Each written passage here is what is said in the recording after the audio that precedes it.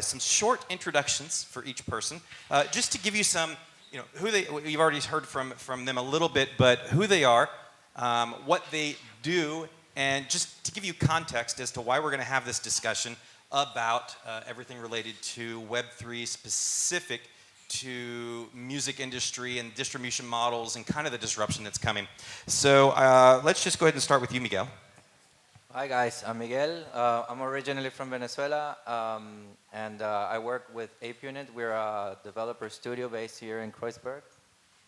Started working there 5 years ago, and my background comes from the late 90s. I started actually the rave culture in my hometown in Venezuela, so I've been DJing for over 2 decades already, and obviously strongly passionate about music in general since early days. So when I discovered working for blockchain, because I'm not a tech savvy, I saw the potentials about the technology and the good things that we can do with it. So that's how we started kind of like experimenting with the technology, and I always try to look for ways and how can we support up-and-coming artists that have so many trying hard to make it happen in this music industry, So we started doing some projects, and in the end we ended up realizing that, obviously with my colleague Moritz, that he runs an education platform, that the education factor is super important right now. Everybody wants to build up the new project or the new startup or whatever, but educating, exchanging knowledge and sharing ideas between everybody is actually something that we really do, and that's what we're doing with Lab3 at the moment. So next Thursday, we have our monthly meetup, so reach out after and we can talk about it and hopefully see you there. Perfect. Ali? Thank you so much. Yeah. So my name is Adi, and I've worked for Lightcurve since 2016, a few years now. And recently I started Muzikie. I've been passionate about music since I remember, but life took me to computer programming, and I was always looking for a way to get back to one of my passions, and eventually the idea popped in my head and my co-founders to create a project that mixes these two together. And so I play a few instruments, never in a professional level to publish anything, but I always loved it, and I listen to a lot of music on a daily basis. So I just wanted to do something for the music community, the community that has given a lot of joy since I was a child. And I think that like with the values that we decided to work based on it, we will get to there, and we will eventually find the fit to create an application that helps bring more transparency, more fairness, freshness to music, and I'm really looking forward to that day. Thanks. Chris? Hi, I'm Chris. I'm the founder of ecosis. I'm into the music scene since 15 years or so. And the funny thing is that 50 years ago, I wanted to become a musician, a professional musician. And what I realized that earning money in this industry is pretty hard. And I've seen that this is not only in the music industry, and this is in all industries somehow, that the revenue streams are not really good redistributed. And I was like, okay, I need to find out technically how this can be done.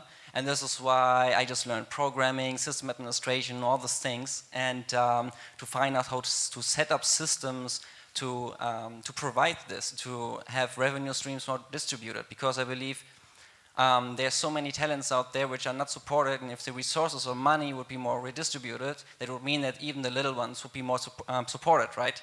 And I believe there's so many hidden talents, and so I was like, when I came into blockchain 5 years ago, I was like, okay, maybe this is the thing, because this is the base technology to make systems to redistribute money.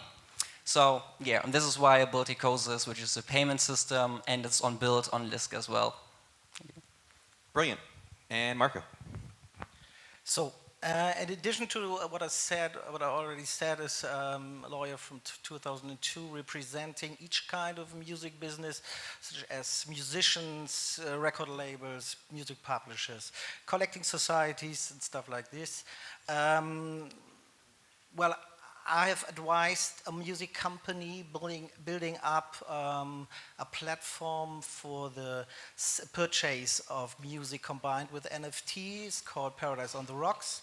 So this was my first time that was in touch with the new technology, and interesting to hear from all these people from the technical side how we can use this new technology to make it as an advantage for the music business.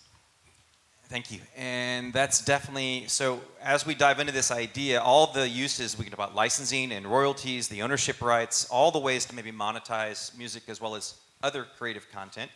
Our topic obviously is Web3. But before we do the Web3 conversation, I kind of, because it came up, we did a call to kind of prep our time together, and we talked a little bit about the fact that Web2 has already significantly disrupted the music industry in many ways.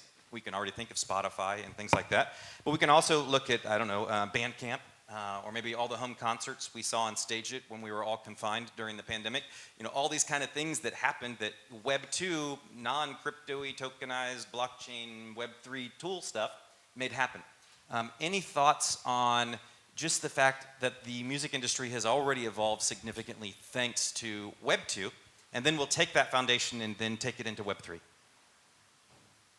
Yeah, okay. I just recently read a newsletter that I follow called Music X. I recommend everybody to follow it. And it was just related to independent artists that are looking for combinations or formulas combining Web 2 and Web 3. And it's something that I really, really relate to. And most of it, obviously because I'm a Bandcamp fan, I support artists buying music, even though that when Napster came out, I was anti-Napster. But the community factor is something that Web 2 platforms are bringing in hardcore at the moment too. And this is something that started with Web 3, I would say. So bringing your community together and connecting directly with your community with Web 3 is actually one of the most, I'd say, marvelous things about the technology, in my opinion. Other thoughts on the Web 2-ness of disruption? Yes, I think the change that's happening to music is not limited to streaming services such as Spotify, but also the other platforms that have changed the face of our lives in some way, shape or form, including TikTok, for example. So we have to understand that the music has never stayed the same through the decades that has passed since like 80, 90 years ago. And it's not gonna stay the same way that we see it for today. For example, Gen Z, which are going to be a huge part of the music market pretty soon, being around 30% of the EU population, they have a different taste of music. Around 25% of the tracks that they hear, they skip after 5 seconds, and half of the track that they play, they skip after 30 seconds. They have an impatient taste for music, and that has changed a lot. You can recently see that music doesn't have an introduction, doesn't start as it did before, it doesn't go as many minutes that rock music used to have, for example, or jazz used to have. Now we have more music that are 2 minutes, 3 minutes, and they start immediately with the lyric, with the singer engaging, and because they try to serve for this need that has risen recently, and this is gonna change the music forever, and we need an industry that is agile enough to understand this need and react upon it. Well, I think what's fascinating is also as its most basic level of disruption, especially when I look out at our demographic of the people in the audience here, a lot of you are young enough or so young that you maybe don't remember albums in the same sense that we used to have. Because today, it's all about singles. Artists create single songs. When you look at Spotify or things like that, and you look at a lot of artists, a lot of them are just producing EPs with 1 or 2 or 3 songs on them, or even just releasing songs individually, instead of the idea of you used to create a story over 10 to 15 songs. And only maybe one or two of those might make it on the radio, but the unit itself was sold as that thing. And we don't see that anymore. We don't see it on the creation side, and we don't see it on the business side. So that's an interesting point to bring up, that we've already disrupted the way musicians were making music by moving towards the individual song model of streaming. Marco? Maybe something to add. Well, following my experiences, the music business changed in a way that that a fan wants to come very close to the musicians, wants to the star, and I think NFT has the chance to make it very close, because you can give to the fan the possibility that he buys the song combined with meet and greet stuff or other events where he can be very close to the musicians. And I think this is something what is a result from the Corona thing and Corona stuff, that the audience and the musicians is interested to come very close and interested to invest in the star, in the singer. And I think this could be a new way with the blockchain technology. And not everybody's obligated. I'm not going to force you to answer every single question we're talking about. But Chris, if you have something to add, I'm happy to hear it. Yeah, there's one thing with Web 2 is regarding the digitization and globalization. We are all, when we want to get the most out of our work, our creations, we need to leverage this somehow. And this is why we all are depending on platforms. This is why Google is big, this is why Apple is big, Facebook, and so on and so forth. But the problem with Web 2 is at the end that there's the ownership is of the head, so to say. So there's someone owning this, the shareholders at the end. And the cool thing with Web 3 is that, like he already said, it's all about this is community based. And in my opinion, platforms in the future needs to be owned by the community, the user, everybody who is using this, instead of the heads who are earning the revenue because you are using this. So better to say Web3 is there for that we own the platforms and we get our revenues or rewards or shares from the platform because we own the tokens of the platforms, like Muzikie. Yeah, I love it. And to kind of tag off of that, then I think the word we want to focus on there with Web3 then is intermediaries. Because when we talk about Web3 on kind of the crypto side or tokenization side, we talk about decentralization.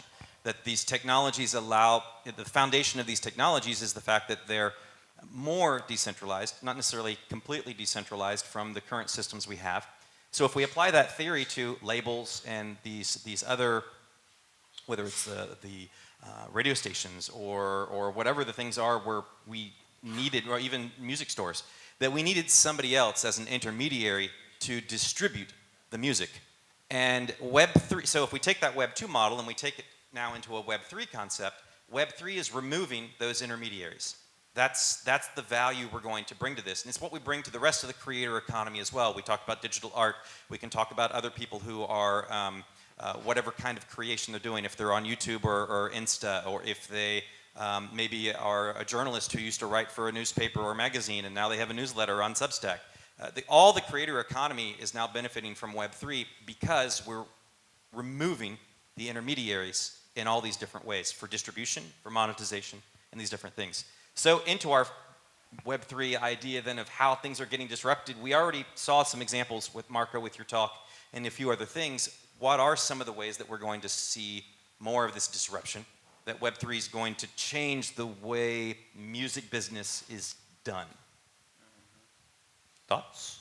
We've already hit on several of them, so are there more? Yeah, so I think that decentralization goes hand to hand with crowdsourcing, and we have seen good results when we change from centralized forms to crowdsourcing, like taxi services or food deliveries or Airbnb.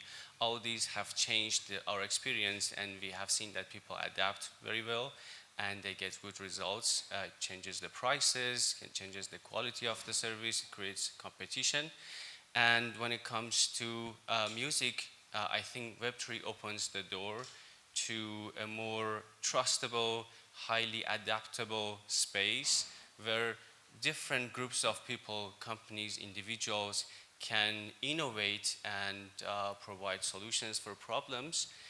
for different problems that eventually work together very well because of an establishment of a standard, a platform, an economy that everybody can plug into and start serving people. When it comes to music, artists, for example, can leverage the power of Web3 to have better collaboration, to have better ownership control over their artwork, and to be able to create new channels of interaction with their fans, including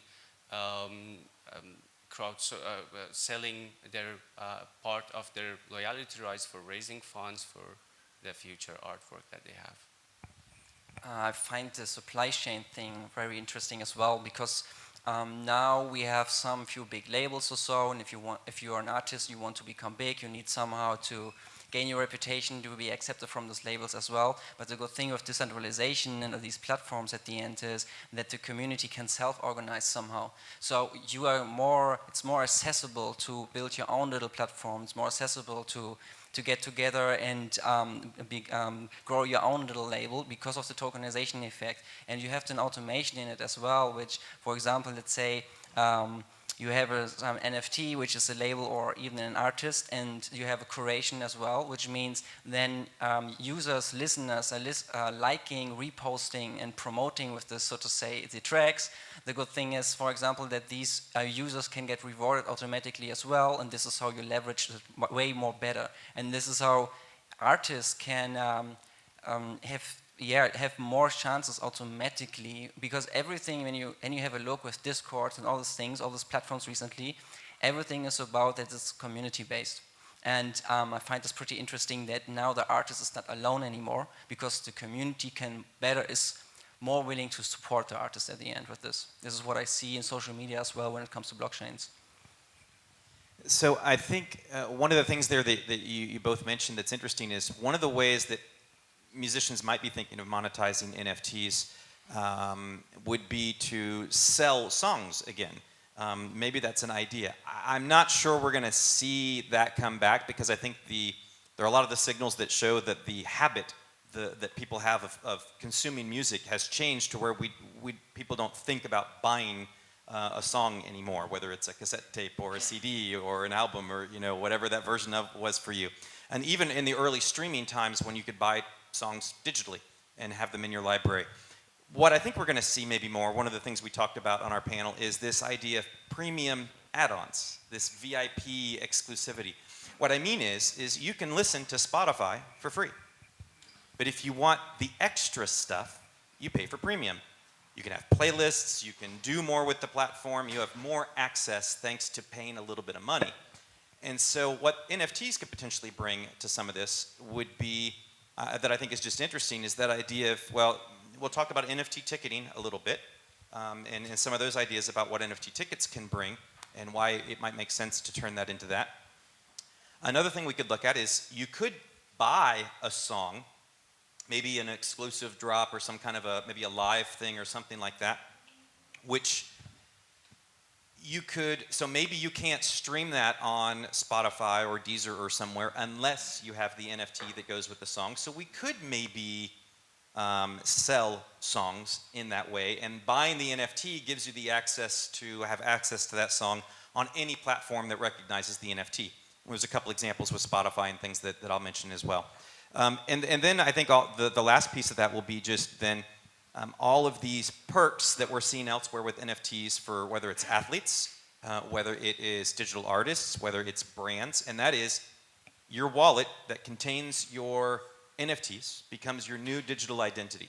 It used to be your phone number, then it became your email address. Today it's, depending on your generation, it's either your email address or your mobile phone number, because that depends. If you go to Instagram, it's going to ask you for your phone number first, because that's its demographic. But people like me still use their email address, so it just depends. But the idea is your new identifier becomes your digital wallet, because it contains the things you've collected, the things you care about. And that means I'm going to show that when I come to an event and on the QR code for the wallet in some way. However that system works, there's all kinds of ways to interact with them. I get to sit in a special place. Maybe I get a meet and greet to meet the artist or whoever. Maybe I get special discount on merchandise or swag at the event, or maybe whatever those kind of things are. And that NFT, because it's mine in my wallet, travels between websites, between platforms to connect all of these benefits. So in that idea, what are some of, for you, the premium concepts of where maybe this could go? Or where do you see more, do you see any other very special use cases of how that value, Marco, you mentioned a lot the rights and royalties side of this about getting paid. Do you see any other use cases where there's direct monetization, or is it going to be a lot more about this community engagement and individual perks? What are your thoughts? Well, the main thing is that I think that direct payment will be possible, and you could avoid the label system. This is a big advantage. But the other thing is, and this is following my experience, what I've seen on this platform I'm supporting for NFT music sales, is that the idea to combine it, as you said, with premium products like meet and greet, stuff like this, and to find out new products interesting for the people. This is, I think, one of the main things which could happen. But I'm not a marketing man, I'm only the lawyer. Always ask the lawyer. Yeah, always. Any other thoughts? If not, we'll move into our kind of some other stuff then. So on a practical side, because we're talking about some of this sounds theoretical, maybe sounds like it's something we'll see in the future. It's actually already here. So if we talk about, let's talk about the streaming platforms. Spotify has rolled out NFT-powered playlists as their first foray into dealing with NFTs. What that means is, however you got the NFT for a particular artist, maybe the ticket to a concert was an NFT. Maybe you're a super fan in their community, so you're on wherever the community is, on Discord, on Insta, on Facebook, wherever that might be hiding, you engage a lot, so you earned an NFT in some way. Maybe you bought one of those songs that was in some way an NFT type thing. In any way, you have an NFT in your wallet that relates to a certain band or musician. You go to Spotify, you connect your wallet, it will see whatever NFTs, collectibles you have in that wallet. And now if an artist has published a playlist, which you only have public and private playlists, except now you have a third version. Private, but only accessible if you have the NFT. So whether it's their own music, whether it's, there's a lot of artists that actually curate playlists of music they love to listen to. Maybe this is all kinds of things we can see. The evolution would obviously be then private tracks that you only get if you have the NFT as maybe not the NFT of that music, but as a fan. So thoughts about this idea of token gating, access to more content already on Spotify with playlists. So generally, I would say we talked about the certification thing, and that you can make something unique with NFTs. It can be playlists, uploads, tickets, all those things. And the good thing is now that because you have this NFT, you have the license that you really have contributed to something. And when we talk about the club membership and all these things, I find it pretty interesting that gives you provable identity, so to say, that you take action in something. I'll give you an example. When you have bought several tickets for a band you very like, okay, that means that you are loyal, so to say, to the band, and you can prove this with this. So in this way, for example, where let's say we have airdrops or something like this, you can prove that you are really one of the contributors within the label, within the artist collective, and you name it.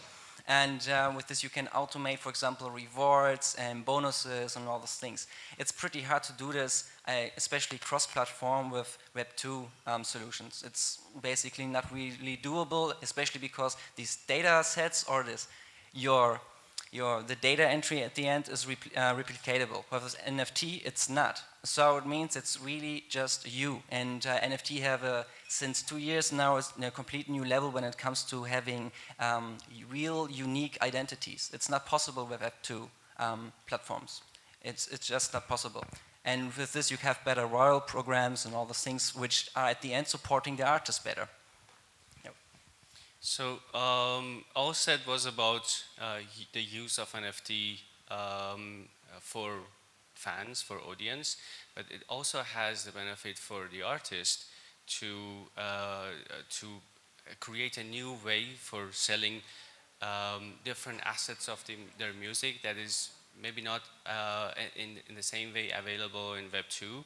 For example, you could sell the stem music to the other artists, or your lyric, or different versions of unofficial versions of your music that didn't make it to the final release, and the other artists could see how it evolved from the initial idea to the end, getting to the album, and understand how the trail of thought that you, as an artist, as someone who they look up for, had, and they can learn from it later on, and they can even use it. It could be a kind of podcast that you just talk about what happened, how did you go on, and how did you achieve the music that became a hit, and later on you can sell it as an individual. And that's where yes, for like ordinary art, a song, maybe the era of just paying for one disc that includes only one album or one song is over, but there is other doors open for different use cases of such a I would like to purchase. say something. I really feel, I get excited when I see Web 2 platforms integrating Web 3 tools in this case, because I'm a believer that the blockchain, the best case or use case of blockchain is the utility that you can use, for example, with an NFT, but you don't need to be on a Web 3 platform only to use Web 3 tools. So when you see integrations, like you were saying, token gated, the Spotify playlist, that you can only enter there and you only have the membership has to be there, and because you're an exclusive fan from this artist, doesn't matter if it's Spotify, you know? You're using the technology there for something good, and you're bringing your community close to you. And that NFT that's working on Spotify Exactly. technically could work on YouTube, could work on Deezer, could work on Apple Music, could work on Muzikie, could work on any platform out there that just integrates your wallet, integrates a wallet access, can look at wallets when you connect and see what you have. And then I see the NFTs and I can provide whatever level of, if it's your Discord server and it wants to give you special access to certain channels, or all these things that we're seeing, that we're going to see more of, it's super interesting, this space. And something that I always like to kind of like do is that, obviously because I've been in other, I had other hats in the past, obviously preaching, doing the evangelist role of, saying that blockchain will be the best and will say the music industry will change it. But in the end, I kind of like realized that we don't have to kind of like fight against that. It's kind of like, why not work together? I think we will grow bigger and better if we work together. So remind me how many developers we have in the crowd here. How many crypto fan type people do we have? Anybody? Hands? Not timid? Okay, good. Because an awful lot of people who are super into crypto or blockchain love the purely decentralized idea about the opportunity that these things could bring. The reality is that most of the solutions we're going to see, at least in the intermediary time, is Web 2.5. It's Web 2 stuff squished in with Web 3 stuff. And that offends a lot of purists. But the reality is a lot of things won't. YouTube's not going anywhere. It's just not. And nobody's going to pay for music ever again. They're going to pay for like Spotify, they pay for the extra added value of those kind of things, maybe. The new ideas. And I think the 2.5. Forget about 1 million copies or what. That's over. Use for the utility that you can bring your community together. Maybe 100 or 1,000 fans supporting you. That's the other model that everybody should be kind of like thinking, instead of massive sales or massive streams. I think so. Even when it comes to labels, I hear a lot that people say when NFTs come into place and establish themselves very well, labels will be eliminated from the chain of music distribution industry. But I think that's not correct. because Marco disagrees, but we'll get there. definitely it's not correct. I think that it would change shape and it wouldn't be the same as it is. Maybe they can't leverage the power that right now they have to have contracts as they do, that eventually after years and years there are a lot of artists that don't get paid because they have a really tiny share, and also the recuperation is there that they haven't paid back. So it's not going to be like that, because Web3 and NFTs will introduce solutions for fundraiser that will limit the power of labels, but they will stay there. Definitely they will. And I think that labels will just have to up their services game. What are they bringing to you as value? But I don't want to rain on your parade, Marco. What do you think? I think that's absolutely correct. I think that the relation between the labels and the artists, they will change. Because I think all of you, more or less, it's correct what you're saying. But I think they will survive, but they have to totally modify the system and the relation to the artist. It's the same as you said with Spotify. There are services who are basic services, and there are premium services. So, for example, a big promotion campaign. And for such things, I think that the record label could do quite a lot for an artist, to make a big campaign and to invest money that an artist could make a good campaign. But in case it is a simple service like making an accounting and stuff like this, I think that the relation with respect to the money, the shares that a company, a record company will own, or the artist, I think this will change. So it's a little bit similar to Spotify. Premium services, they have to be paid, but normal basic services are not that paid as they paid now. I think this will change. So it's like a record label. They are a service. This is a service company, and they have to think about it in the future. So to continue that Web 2.5 idea of Web 2 stuff squished in with Web 3 and enabling things through Web 3, then I think we're getting towards the end of our panel. So I'd like to just talk a little bit about NFT ticketing. And so 2 examples to focus on. One is ticketing that's enabled because you have an NFT, and then the other example will be the ticket is actually an NFT. So the first example is Ticketmaster, that announced 2 weeks ago that they're doing a trial run with 2 bands to basically, when those next tour tickets will go on sale for these bands, the people who will be able to buy those tickets have to have the NFT of the band.